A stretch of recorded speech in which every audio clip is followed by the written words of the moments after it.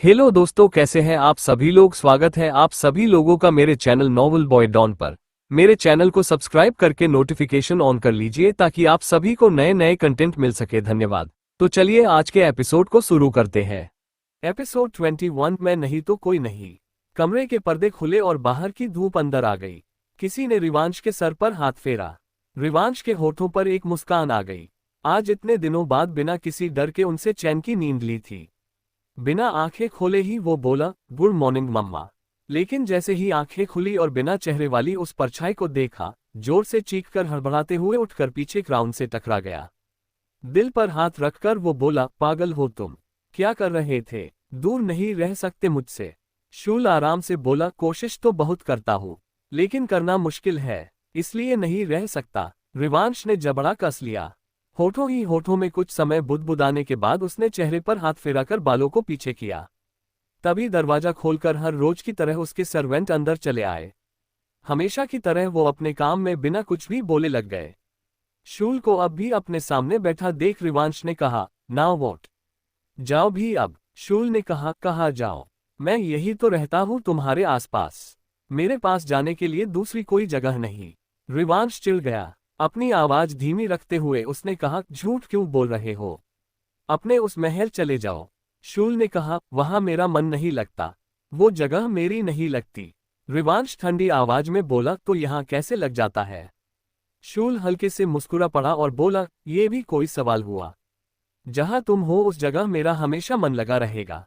आगे कुछ भी कहने की जगह रिवांश खड़ा हुआ और पैर पटकते हुए वॉशरूम में चला गया। दरवाजा बंद कर वो पलटता तब तक शूल भी अंदर उसके सामने आकर खड़ा हो गया। रिवांश ने अगले ही पल उसकी गर्दन पकड़ लेनी चाहिए, लेकिन वो हवा की तरह उसके हाथ से निकल गया। रिवांश ने आसपास देखा। तभी उसके कान पर एक ठंडी फूंक मारकर शूल बोला, मैं यहाँ हूँ। खुद पर नियंत्रण रखने का भरपूर प्रयास करते हुए रिवांश बोला, मुझे परेशान करना बंद क्यों नहीं कर देते तुम? अपनी लिमिट्स तुम्हें समझ आनी चाहिए। शूल ने गहरी आवाज में कहा, हमारे बीच किसी हद के लिए कोई जगह नहीं। हम एक है रिवांश। रिवांश आगे चला गया, और इसका फैसला तुमने अकेले कर लिया। मैं नहीं मानता तुम्हारी किसी भी बात को। अगर तुम्हें बहुत आत्मविश्वास होगा, जैसे कि मुझे पास्ट याद आने पर मैं तुम्हें पागलों की तरह प्यार करने लगूंगा, तो वो गलत फहमी है तुम्हारी। शूल एक फीकी हंसी हंस दिया, गलत फहमी में ही जीने दो कुछ समय, क्योंकि जिस दिन तुम्हें सब याद आया तुम मुझसे सिर्फ नफरत करोगे। रिवांश ने कहा, तुम्हारी हरकतें देखकर बता सकता हूं तुमने जरूर कुछ ऐसा किया जिसके कारण मुझे तुमसे नफरत हो गई।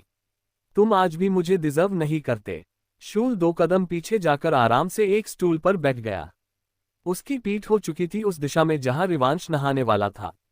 उसने कहा, फिर भी मेरे अलावा तुम्हारे पास दूसरा पर्याय नहीं। मैं नहीं तो कोई नहीं। उसे सच में हवा की तरह नजरअंदाज करते हुए रिवांश अपने काम में लग गया। ये रोज का हो चुका था। शर्म नाम की चीज भी रिवांश को याद नहीं थी अब। रीवा के हाथ से चम्मच छूटकर अभिमन्यु की प्लेट में गिर गया जो नाश्ता कर रहा था। अभिमन्यु ने हैरानी से चम्मच हटाकर कहा, रीवा ध्यान कहाँ है तुम्हारा?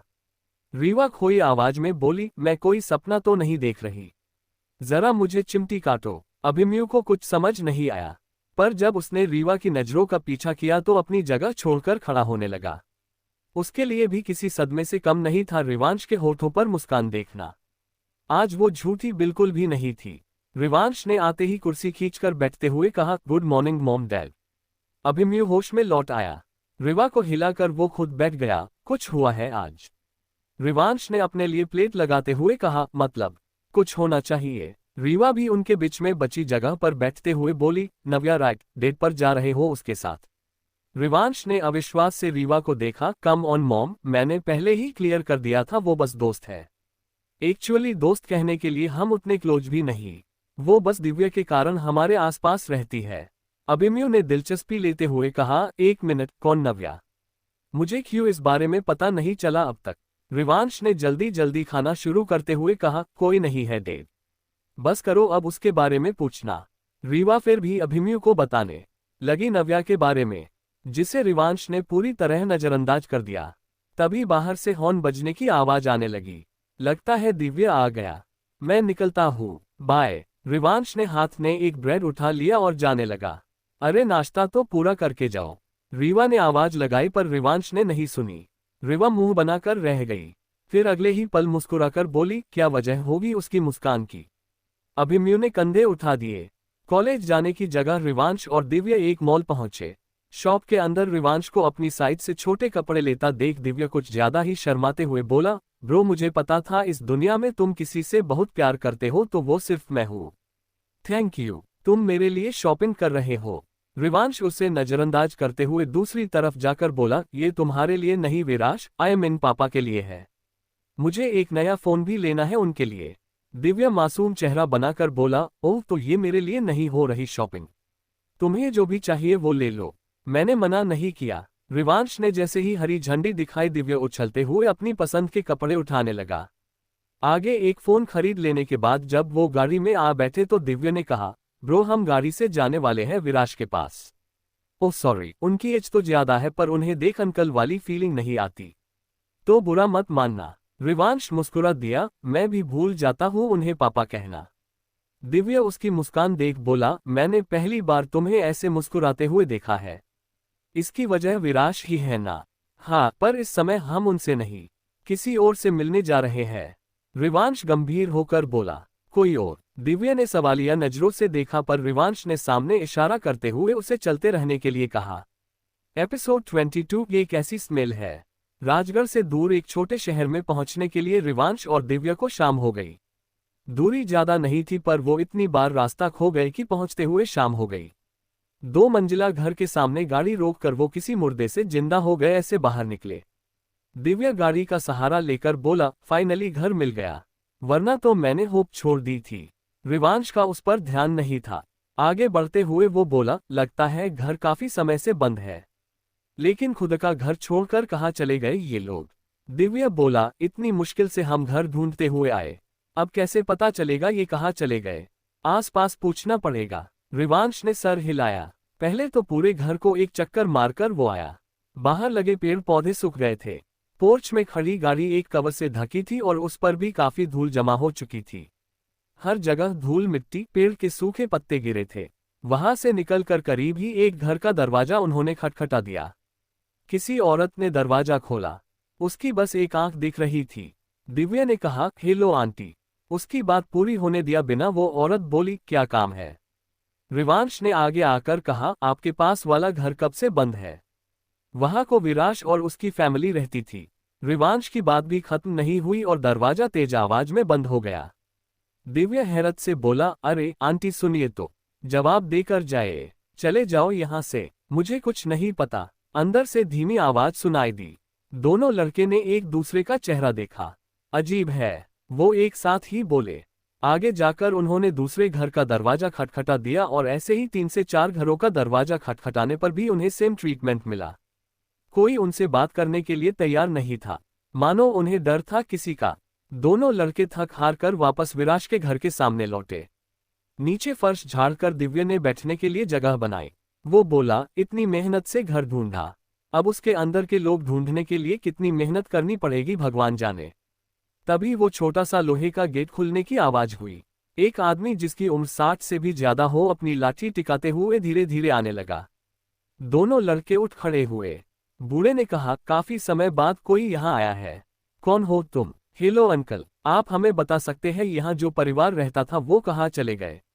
रिवांश ने कहा। बूढ़े ने गौर से रिवांश का चेहरा देखा, फिर मुस्कुराकर हाँ में सर हिलाते हुए बोला, बड़ा ही खुशहाल परिवार रहता था यहाँ। कभी किसी लड़ाई झगड़े की आवाज नहीं, हमेशा प्यार से रहते थे सबके साथ। पर न जाने किसकी नजर लग गई। पहले उनका बेटा विराश घर के अंदर से ही रहस्यमय तरीके से गायब हो गया। फिर तो जैसे गिनती ही शुरू हो गई। एक एक करके परिवार के सदस्य एक्सीडेंट में गुजरने लगे। विराश की माँ यहाँ से छत से गिर गई कपड़े सुखाते हुए। कहकर उसने बूढ़े ने ऊपर इशारा कर दिया। रिवांश का दिमाग सुन्न पड़ गया। वही दिव्या झटके से दूसरी ओर जाकर खड़ा हुआ। पूरा परिवार एक्सीडेंट में जाने लगा। हाँ, विराश का चाचा और उनका जवान बेटा कार एक्सीडेंट में चल बसे। माँ ऊपर छत से गिर गई। पिता को करंट लगा था और चाची जो आखिरी बची थी उसने खुद को आग लगा ली किचन में। सभी लाशें मैंने अपनी आंखों से देखी है। बस तब से ये घर बंद है, कोई नहीं रहता अब यहाँ, क्योंकि कोई रहने के लिए बचा ही नहीं। बूढ़े ने कहकर अपनी बात को खत्म किया। रिवांश सहारा ढूंढते हुए उस सीढ़ी पर नीचे बैठ गया। सर पकड़ लेते हुए उसने कहा, क्या सच में कोई नहीं बचा? नहीं बचा। वैसे तुम लोग कौन हो बताया नहीं। आज इतने सालों बाद उनके बारे में पूछने चले आए। बूढ़े ने कहा। दिव्या ने बहाना बनाते हुए कहा, दरअसल वो हमारे रिश्तेदार हैं जिनके बारे में पता करने भेजा है हमारे घर वालों ने। बूढ़ा सर हिलाकर बोला, सही है। जब जरूरत थी तब अंतिम संस्कार पर भी कोई नहीं आया। अब प्रॉपर्टी पर कब्जा करने आए होगे। एक्सक्यूज मी, दिव्या हैरानी से बोला। लेकिन बूढ़ा मुड़ कर धीरे धीरे आए कदम चला गया। दिव्या ने जुगाड़ लगाकर दरवाजा खोला। मोबाइल की टॉर्च में वो लाइट जलाने के लिए स्विच ढूंढने लगा, जबकि रिवांश अभी भी बाहर ही बैठा था। शाम ढलकर अंधेरा हो चुका था। दिव्या को स्विच मिला और वो बोला, ब्रो लाइट जला दूं क्या? शॉर्ट सर्किट तो नहीं हो जाएगा? उसे कोई जवाब नहीं मिला, तो दिव्या ने बटन दबा दिया। एक बल्ब जल गया, पर जल्द ही वो फ्लिकर होने लगे। उसी की रोशनी में किचन के दरवाजे पर एक परछाई नजर आने लगी। भयानक जला हुआ चेहरा, जिसकी हल्की सी झलक दिव्या को अपने सामने लगे आईने में नजर आए, पर उसका ध्यान नहीं था। ब्रो लाइट जल गई। उसने खुश होकर रिवांश को आवाज लगाई। रिवांश मरी हुई चाल चलते हुए अंदर आने लगा। उसने एकदम से नाक पकड़ लिया। द हेल, ये कैसी स्मेल है? कुछ जल रहा है दिव्या। उल्टी जैसा मुंह बनाकर वो बोला। दिव्या ने भी सूंघ कर कहा, हाँ कुछ जलने की बदबू आ रही, बहुत गंदी।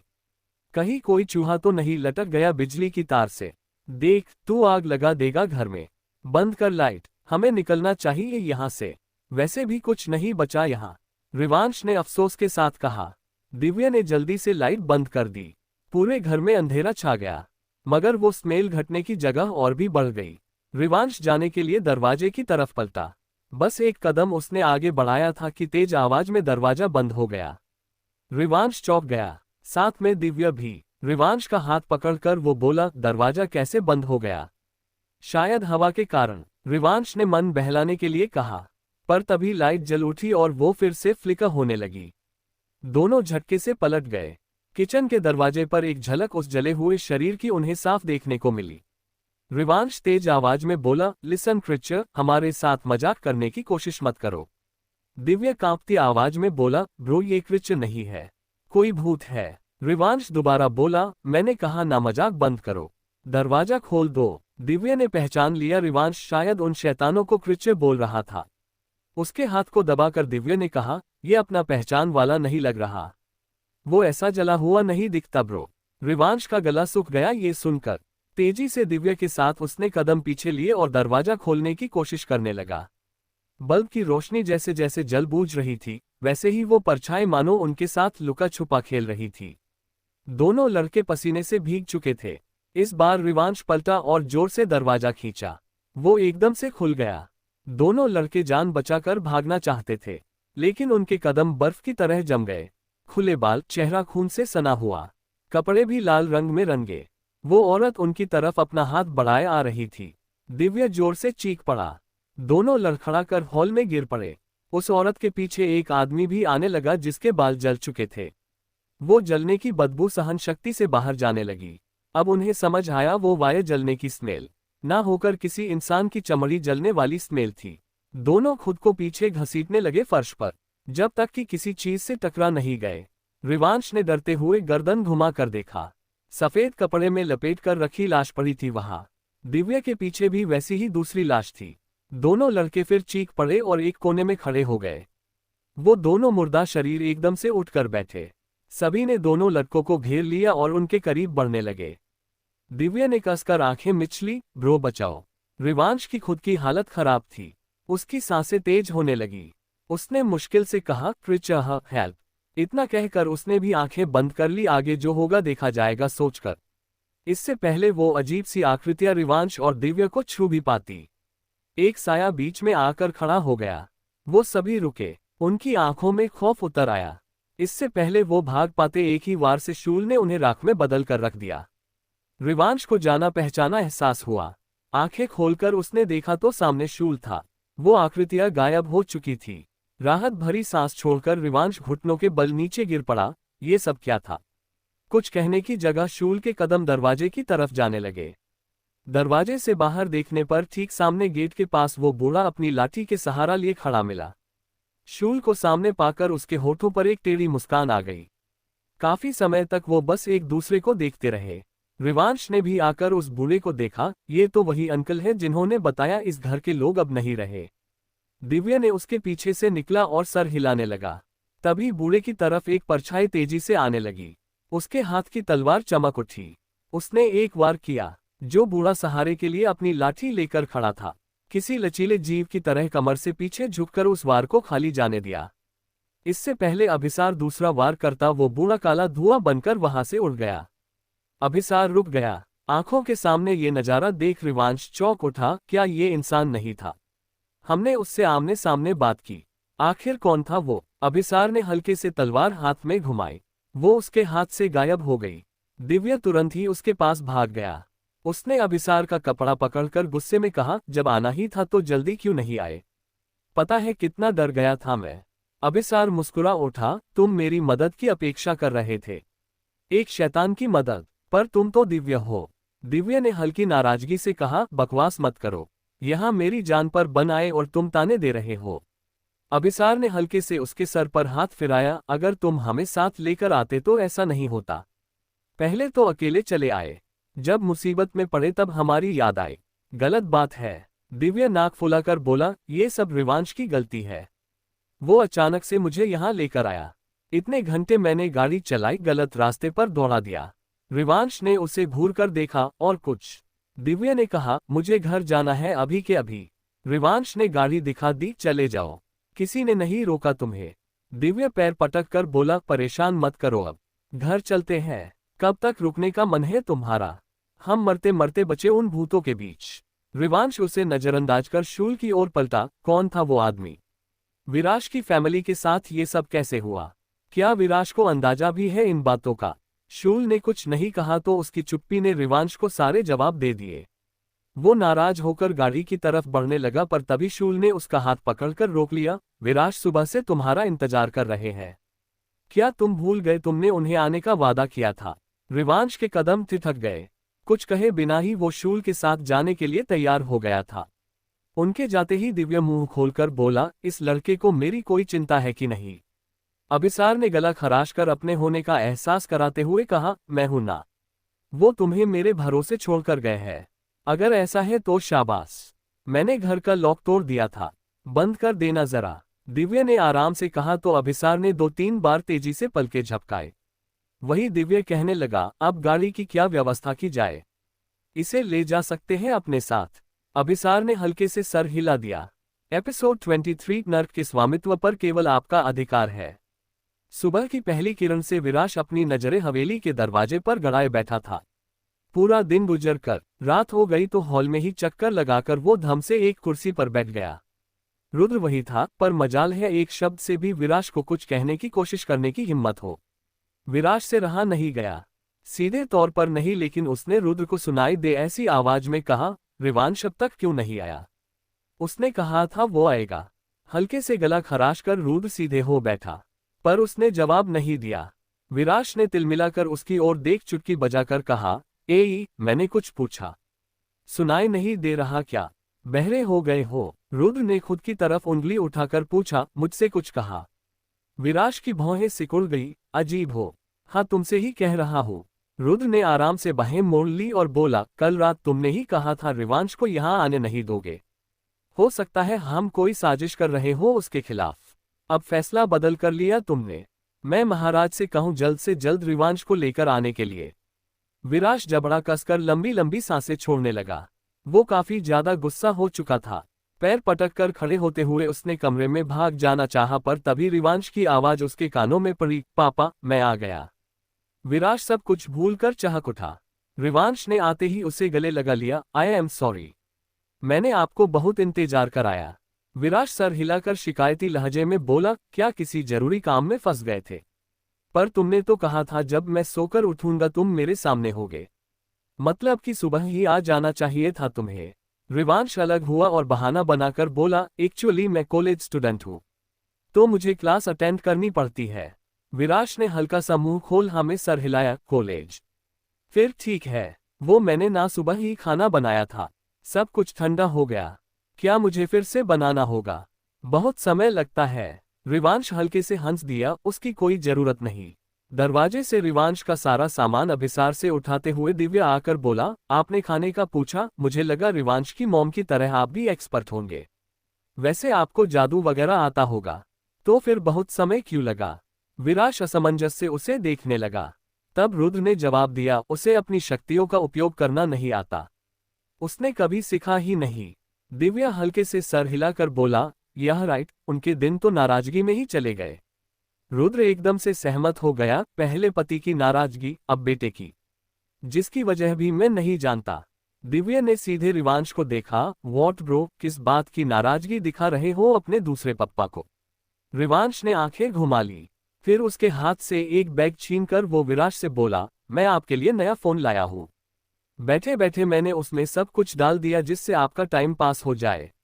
मेरा पुराना फोन, उसमें सबके कॉन्टैक्ट नंबर है, तो वो मुझे वापस चाहिए। विराश ने खुशी से रिवांश द्वारा दिया गिफ्ट ले लिया। रिवांश तो साथ में खुशखबरी भी सुनाना चाहता था, पर अब किस मुंह से बताता? वो विराश के घर जाकर आया और उसके पास सिर्फ बुरी खबर थी। कुछ और भी लाए हो? विराश की बात सुनकर रिवांश होश में लौटा। हाँ, में सर हिलाकर उसने अपना चेहरा साधारण कर लिया और बोला, हम आपके कमरे में चले। विराश ने जल्दी से उसका हाथ पकड़ा और अपने साथ खींच कर ले गया। पीछे पीछे दिव्या भी अभिसार से सामान लेकर चला गया। पिछली बार की तरह वो शैतान फिर से अकेले रह गए। अभिसार का चेहरा गंभीर हो गया, ये बच्चे बहुत शैतान है। जरा सी नजर हटाते ही मुसीबत में फंस गए। वो भी छोटी मोटी नहीं थी। शूल ने अपने हाथ पीछे बांध लिए। फिर वो गहरी आवाज में बोला, चिरायुष के सामने नहीं जाना था रिवांश को। वहां जाकर रिवांश ने खुद से मुसीबत बुला ली। देव ने उसे सबकी नजरों से छिपा दिया था। रुद्र हैरानी से बोला, रिवांश और चिरायुष आमने सामने? अभिसार ने हाँ में सर हिलाया। विराश के परिवार का पता लगाने गए थे दोनों लड़के। अब उन्हें सच्चाई पता चल चुकी है। रुद्र ने मुंह पर हाथ रख लिया, मैंने विराश से सच्चाई छुपा कर रखी इतने साल। एक सदमे से वो अभी तक उभर नहीं पाया, दूसरा कैसे दे देता? शूल ने एक ठंडी सांस छोड़ी। रिवांश को चिंता है विराश की, वो कभी नहीं बताएगा उन्हें सच्चाई के बारे में। फिलहाल हमें चिरायुष के बारे में सोचना चाहिए, वो बार बार यहाँ आ रहा है। अभिसार ने एक गहरी सांस भर ली। उसे पता है मौका तब तक रहेगा जब तक आपकी शक्तियां पूर्ण नहीं लौट आती। वो अनजान नहीं इससे कि नर्क के स्वामित्व पर केवल आपका अधिकार है, जिसे आप कभी भी वापस पा सकते हैं। अब उसका निशाना रिवांश रहेंगे। वो हमेशा से रिवांश को ढूंढ रहा था। रुद्र ने सर हिलाकर कहा, अब आप दोनों को और भी सावधान रहना होगा। मैं चाहकर भी आपकी मदद नहीं कर सकता। सच कहूं तो बदनसीब हूं, ना जरूरत के समय अपने प्यार के साथ खड़ा रह पाया, ना अब बेटे की सुरक्षा कर पा रहा। अभिसार ने उसका कंधा सहला दिया, सब कुछ ठीक हो जाएगा। बस एक बार रिवांश हम पर, हमारे महाराज पर विश्वास कर ले, और ये काम विराश की मदद से ही हो सकता है। शूल उन्हें अकेला छोड़कर वहां से सीधे विराश के कमरे में पहुंचा। पहले उसे रिवांश के अलावा शायद ही कोई देख पाता था, अब रिवांश भी उसे ना देख पाया। हालांकि किसी की मौजूदगी का एहसास उसे जरूर हुआ, पर किसी को ना देख उसने अपना ध्यान विराश पर लगाया। अपने कपड़े ठीक करते हुए विराश खुद को आईने में देख रहा था। रिवांश उसके साथ खड़े हो गया, आप बहुत अच्छे लग रहे हो। विराश खुशी से बोला, मुझे वो काले कपड़े पसंद नहीं आते। मेरे समय के मुकाबले फैशन बदल गया है अब थोड़ा सा, पर मुझे ये भी बहुत अच्छे लगे। थैंक यू रिवांश, तुम बहुत अच्छे हो। उद्धरण चिन्ह। रिवांश मुस्कुरा पड़ा, आपका बेटा हूँ, अच्छा कैसे नहीं होता। लेट्स गो, आपको एक बहुत अच्छी चीज दिखाता हूँ। विराश को दिव्या के पास ले जाकर बिठाते हुए रिवांश ने फोटो एल्बम निकाल ली, जिसे उसने पिछली रात ढूंढ कर रखा था। राजपुरोहित भवन में दिवांश यानी कि देव जब नहाकर कमरे में पहुंचा तो सिर्फ कमर पर एक टॉवल लपेट रखा था। उसके आकर्षक शरीर पर पानी की बूंदें फिसल रही थी। देव को एक अजीब सा एहसास हुआ और उसने सीधे आईने की तरफ देखा। एक आकृति वहां बनने लगी। देव का चेहरा ठंडा पड़ गया। सफेद कपड़े, रेशमी कंधे तक पहुंचते बाल, वो अच्छे से सर पर पहने ताज में समेटे हुए थे। वो सुंदर पुरुष कोई एक बार देख ले तो नजरें हटाना भूल जाए। उसने सर्द लहजे में कहा, देव क्या तुम मुझे सुन पा रहे हो? देव ने उसे ऐसे नजरअंदाज किया मानो कुछ सुनाई ही ना दिया हो। जाकर अपने कपड़े उठा लेते हुए उन्हें पहनने लगा। आईने से वो शख्स बोला, देव मुझे जवाब दो, क्या तुम सुन पा रहे हो? मुझे लगता है काफी समय दे दिया तुम्हें अकेले रहने के लिए। वापस स्वर्ग लौट आओ, तुम्हारी जगह और जरूरत यहाँ मेरे पास है। देव लापरवाही से कमरा छोड़कर बाहर निकल गया, जबकि वो शख्स उसे लगातार पुकारता रहा। एपिसोड 24 ये रिवांश की चॉइस है। रिवांश ने कभी भी अपने माता पिता से इस तरह खुलकर बात नहीं की थी जितना वो विराज से कर रहा था। रिवांश के होठों से पहली बार मुस्कान जाने का नाम नहीं ले रही थी। ये देख तो शूल के साथ साथ दिव्या भी हैरान और खुश भी हुआ। रिवांश एल्बम से तस्वीरें दिखाते हुए विराज को अपने बचपन के बारे में जितना भी याद था सब बता रहा था। अचानक ही एक तस्वीर पर विराज की उंगली रुकी और वो आंखें बड़ी कर बोला, ये कौन है? रिवांश ने कहा, ये तो दिवांश भाई है, दिव्या के बिग ब्रदर। विराज ने कुछ कहना चाहा लेकिन यादों पर जैसे कोई पर्दा छा गया हो ऐसे वो कह नहीं पाया। मानो आंखों के सामने किसी का नाम तो है पर याद नहीं आ रहा। विराज ने दिमाग पर जोर देकर कहा, ये कौन है? मैं इन्हें कैसे जानता हूँ? अपना सर पकड़कर वह दर्द से कराह उठा। रिवांश परेशान हो गया। वही शूल एकदम से उन लोगों के सामने चला आया। जाकर उसने बस विराज के सर पर हाथ रखा तो विराज बेहोश होकर रिवांश की बाजुओं में झूल गया। उसने हैरानी से कहा, पापा क्या हुआ? ट्रिचर क्या किया तुमने उनके साथ? शूल ने शांति से कहा, बस सुला दिया है। उनका सर दर्द जब भी बढ़ता है वो अपनी शक्तियों को काबू नहीं कर पाते। ऐसे में आसपास मौजूद चीजें या कोई भी आहत हो सकता है। दिव्या ने आगे आकर कहा, उन्हें सोने दो। उन्होंने कहा वो सोते नहीं है। रिवांश शांत हो गया और उसने हल्के से हाँ में सर हिला दिया। विराज को आराम से लिटाकर रिवांश ने सारा सामान समेटते हुए एक मेज पर रख दिया। तभी रुद्र वहां पहुंचा और कहा, मैंने आवाज सुनी। वीर ठीक नहीं है ना?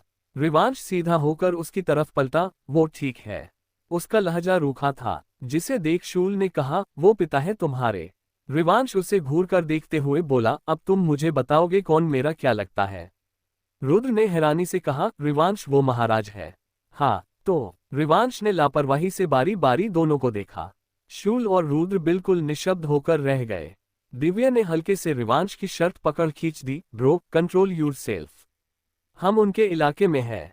मौत से मत खेलो, अपनी नहीं कम से कम मेरी चिंता करो। मुझ मासूम ने अब तक दुनिया नहीं देखी ठीक से। रिवांश को उसकी बात से सहमति के साथ चिढ़ भी हो गई। पल भर के लिए वो भूल चुका था कुछ कहने से पहले। तभी शूल ने कहा, तुम्हें और रुद्रान को आपस में बात करने की जरूरत है। कोई भी गलत फहमी है तो उसे मिटा लो समय रहते। रिवांश ने इनकार में सर हिलाकर कहा, मुझे किसी से कोई बात नहीं करनी। रुद्र मुस्कुरा दिया, क्यों? डर है मैं तुम्हारी सारी शिकायतें दूर कर दूंगा। रिवांश ने कुछ कहना चाहा पर तभी शूल हाथ दिखाकर बोला, विराज को आराम की सख्त जरूरत है। जो भी बात या बहस करनी है वो बाहर और अकेले में करो। रिवांश अब भी तैयार नहीं था जब तक कि दिव्या ने ये नहीं कहा, ब्रो बात करने में क्या जाता है? मुझे लगता है जब तक तुम बात नहीं करते ये हमें वापस छोड़ने भी नहीं आएगा। रिवांश ने एक ठंडी सांस छोड़ी, जिस पर रुद्र ने मुस्कुराकर उसकी तरफ हाथ बढ़ाया। कहाँ जाना है बता दीजिए। रिवांश दूर से ही रूखी आवाज में बोला। रुद्र सर हिलाते हुए बोला, मेरे पीछे आओ। रिवांश चला गया। वहां बस दिव्या और रुद्र बचे रह गए। दिव्या को ऐसे लगा शूल अब उसे ही देख रहा है। वो जल्दी से बहाना बनाकर बोला, मैं सेनापति को ढूंढने जा रहा हूं। मुझे उससे कुछ बात करनी है। शूल ने उसका रास्ता अड़ा लिया, पहले मुझसे बात करके जाओ। दिव्या बुरी तरह चौंककर हड़बड़ाते हुए बोला, क्यों बात करूं मैं आपसे? मतलब मुझे नहीं करनी। वहां से निकलने के लिए हिम्मत भी नहीं थी उसके अंदर। शूल ने इस बार सर्द आवाज में कहा, अपनी हरकतों को काबू में रखो लड़के। मुझे पसंद नहीं आ रहा तुम्हारा उस लड़की को रिवांश की जिंदगी में लाने की कोशिश करना। क्यों? ये रिवांश की चॉइस है। उसे कोई जबरदस्ती नहीं कर सकता लड़कियों से दूर रहने के लिए। सिर्फ किसी के डर और दबाव के कारण वो उस लड़की को मना कर रहा है। रिवांश को अपनी लाइफ जीने से रोक रहे हो आप। दिव्या ने उसकी तरफ उंगली उठाते हुए बड़ी ही हिम्मत कर कहा। शूल एक कदम उसकी ओर बढ़ा तो दिव्या 4-5 कदम पीछे हट गया। Keep distance. मैं डरता नहीं हूं आपसे। वो तो अभी मेरी शक्तियां जागी नहीं है। एक बार वो जाग जाए तो मुकाबला करेंगे हम बराबरी का। शूल व्यंग भरी हंसी के साथ बोला, तुम्हें लगता है तुम अपनी शक्तियों से मुझे हरा सकते हो? दिव्या को ये सुनकर खुद पर शक हुआ, नहीं कर सकता क्या? शूल ने बाहें मोड़ ली, मैं जो कह रहा हूं उसे ध्यान से सुनो।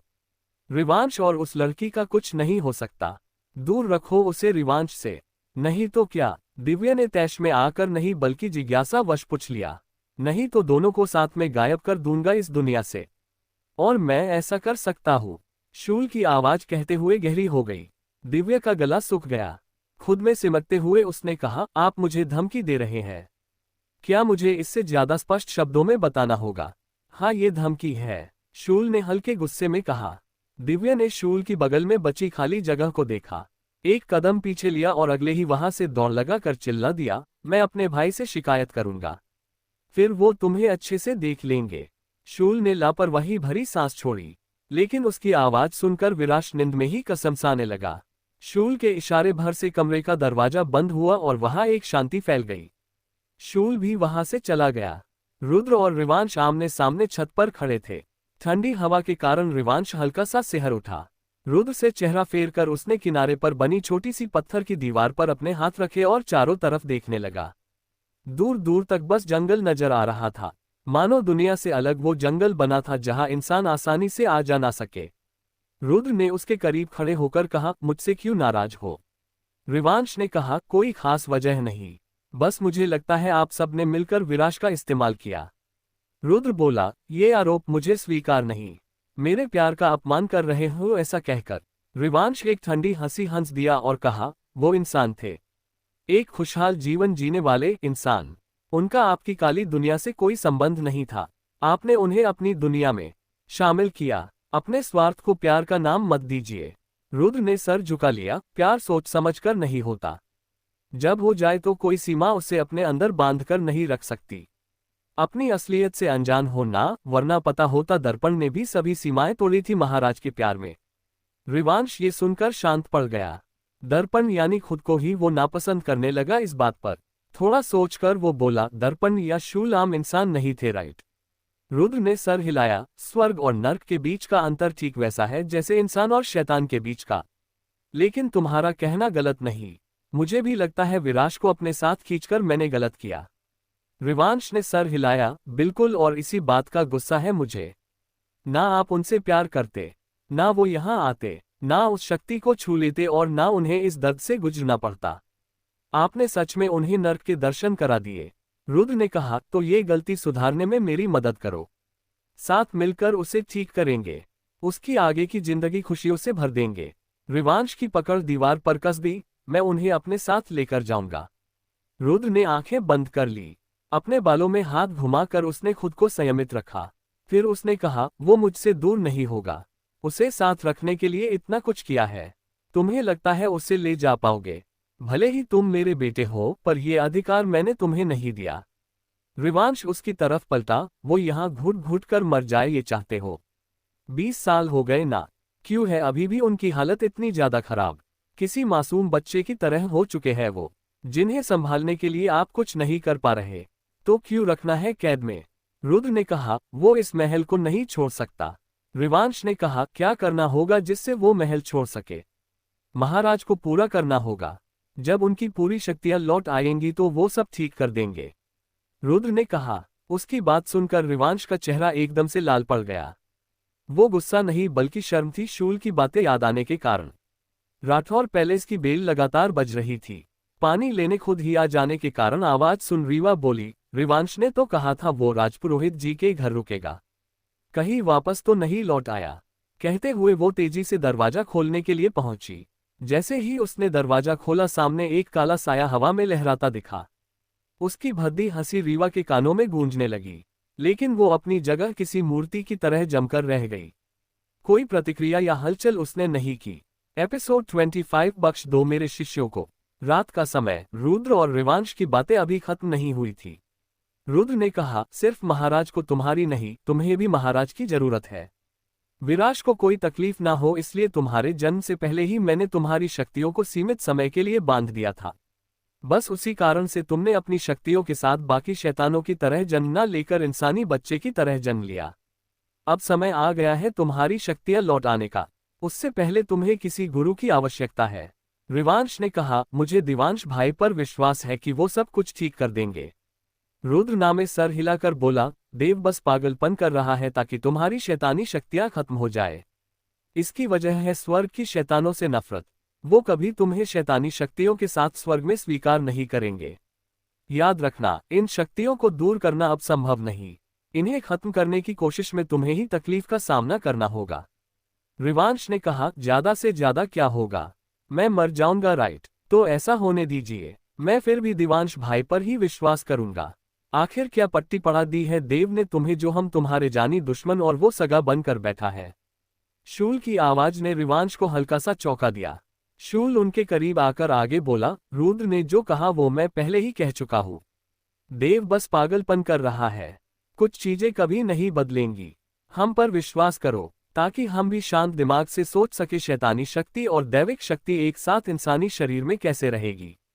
हम बस तुम्हें जिंदा रखना चाहते हैं और तुम लापरवाह होकर मरने की बात करते हो। रिवांश हल्के से हंस दिया, मुझे जिंदा रखना चाहते हो या खुद को किसे बेवकूफ बना रहे हो, तुम्हें बस अपनी शक्तियों से मतलब है। जिस दिन वो तुम्हें मिल गई मुझे चाय में गिरी मक्खी की तरह निकालकर फेंक दोगे। शूल का चेहरा बिना देखे भी बताया जा सकता था उसे रिवांश की बात पसंद न आकर गुस्सा आया है। रुद्र ने तुरंत ही बात संभालते हुए कहा, अगर ऐसा है तो महाराज उसी दिन तुम्हें छोड़ देते जब तुमने खुद को खत्म कर लिया था। तुम्हें वापस लाने के लिए वो खुद को खतरे में नहीं डालते, अपने साथ साथ अपनी प्रजा को भी उन्होंने उस समय खतरे में डाला था। और आज हम बिल्कुल बर्बाद है, अपना लोक छोड़कर यहाँ धरती पर आ छुपे, सिर्फ और सिर्फ तुम्हारे कारण। रिवांश की मुठ्ठियां कस गई। गला तर करते हुए उसने कहा, मैंने क्यों खुद को खत्म कर लिया? सारा दोष मुझ पर डाल रहे हैं आप, कोई तो वजह होगी मेरे खुद को खत्म करने के पीछे। गलत फहमी, तुम्हें लगा मैंने तुम्हारे प्यार का फायदा उठाया है स्वर्ग में प्रवेश करने के लिए। तुम्हें लगा तुमने मुझसे प्यार कर अपने गुरु को धोखा दिया है। इसमें दोष तुम्हारा नहीं, हालातों का था। कोई गलत नहीं है, ना कभी था। इसलिए ये बन चुके हालात सुधारने का मौका सबको मिलना चाहिए। तुम्हें वापस लाकर हमने कुछ हद तक इसे ठीक किया। तुम्हारी सुरक्षा कर देव ने सब संभाले रखा, पर अब आगे तुम्हें हमारे पास लौटना होगा, क्योंकि स्वर्ग में तुम्हें कभी जगह नहीं मिलेगी। शूल ने कहा। रिवांश का हाथ अपने बालों में चला गया। सच्चाई सुनकर उसे पचाने के लिए वो अभी तैयार नहीं था। शूल ने कहा, परिणाम तुम्हारे साथ साथ देव और दिव्य को भी भुगतने होंगे। पता है दिव्य बिना गलती के मारा गया था। रिवांश ने हैरानी और दर्द से कहा, मेरी गलती के कारण? ऐसा कह नहीं सकते, क्योंकि वो हमारे साथ इसीलिए खींचा गया क्योंकि तुम्हारा परम मित्र था। हम मिलकर सब ठीक कर देंगे रिवांश, एक बार मुझ पर विश्वास करो और मेरा हाथ थाम लो। शूल ने उसकी तरफ हाथ बढ़ा दिया। रिवांश उसके हाथ को देखने लगा। धीरे धीरे उसने हाथ को आगे बढ़ाया, जो देख रुद्र के होठों पर मुस्कान आ गई, पर वो ज्यादा समय के लिए नहीं बनी रही। रिवांश शूल का हाथ पकड़ता उससे पहले ही किसी ने रिवांश का हाथ पकड़कर अपनी तरफ खींच लिया। दिवांश भाई। रिवांश उसके सीने से लगा उसकी ओर नजरें उठाकर बोला। देव का जबड़ा कसा हुआ था, उसकी आंखें आग उगल रही थी। दोनों शैतानों को एक ही वार में खत्म करेगा ऐसे देखे जा रहा। इन पर कभी विश्वास मत करना बताया था ना मैंने, फिर भी गलती करने जा रहे थे। देव नाराजगी से बोला। रिवांश ने नजरें झुका ली। मैं क्या करूं मुझे समझ नहीं आ रहा, कौन सही कौन गलत कुछ नहीं पता। हर कोई आकर मुझे अपना पॉइंट ऑफ व्यू बताकर जाता है। देव ने कहा, हम घर जाकर बात करेंगे, बस कान खोल कर सुन लो, दोबारा यहाँ आने नहीं चाहिए। तुम उसे मजबूर नहीं कर सकते देव, उसका जहां मन होगा वो आएगा। यहाँ उसके सगे माता पिता है जिनसे तुमने उसे दूर रखा। शूल ने ठंडी आवाज में कहा। तुच्छ जीव, तुम जाकर अपने लोक के लोगों को संभालो जो रिवांश के घर में प्रवेश करने की कोशिश कर रहा था। देव तेज आवाज में बोला। उस बात के पीछे शूल की बात कुछ ऐसे छुप गई कि रिवांश के मन में सवाल ही नहीं उठ सकता था। देव ने रिवांश को उसके असली माता पिता से दूर कर दिया था। हर कोई हैरान रह गया। रुद्र ने कहा, वो इतनी जल्दी पहुंच गया, सब कुछ खत्म हो जाएगा तब तुम जागने वाले थे हनन। अगर मैं समय से ना पहुंचता तो क्या होता अंदाजा है तुम्हें? क्यों तुम शैतान हमारी जिंदगी में आकर सब बिगाड़ रहे हो? एक बार में दिल नहीं भरा, बख्श दो मेरे शिष्यों को। देव की आवाज में सिर्फ गुस्सा नहीं एक बेबसी थी। रिवांश ने कसकर देव की शर्ट को मुट्ठियों में भींच लिया। भाई, क्या आप मेरे मॉम डैड की बात कर रहे हैं? अपने घर पर अब तुम सुरक्षित नहीं। जब तक तुम 21 साल के पूरे नहीं हो जाते तब तक मेरे साथ ही रहोगे। मैंने तुम्हारे माता पिता को भी वहां ले जाकर छोड़ दिया है। इतना कहकर देव ने सीधे शूल को देखा। ये करने के लिए तुम मुझे मजबूर कर रहे हो। जब जरूरत होगी आकर अपना फर्ज निभा जाना, क्योंकि रिवांश तुम्हारे कारण बेबस है। उसी समय अभिसार के साथ दिव्य भी वहां चला आया। दिव्य ने जल्दी से उसका हाथ छोड़ा और अपने भाई के पास चला गया। देव ने उसे घूर कर देखा और कुछ कहना चाहा। दिव्या उससे पहले ही अपना पलड़ा झाड़ कर बोला, मैंने कुछ नहीं किया भाई। ये लोग मुझे जबरदस्ती पकड़ कर लाए हैं। अभिसार ने आंखें घुमा ली। वही देव बोला, तुम्हें दादू ने कुछ दिया था ना सुरक्षा के लिए। दिव्या ने चेहरा घुमाकर आंखें मिच ली। फिर बहाना बनाकर वो बोला, मैं बहुत ज्यादा नर्वस हो गया था उस समय, कुछ समझ ही नहीं आया। देव इस समय बहस में नहीं पड़ा और देखते ही देखते वो तीनों सबकी नजरों के सामने से गायब हो गए। शूल की मुठियां कस गई। चिरायुष को ढूंढो सेनापति। वो हमारे सामने आने की जगह मेरी कमजोरियों पर वार कर रहा है। मैं सेना को तैयार करता हूँ उसे ढूंढने के लिए, अभिसार ने कहा और तुरंत ही वहां से चला गया। Thanks for listening.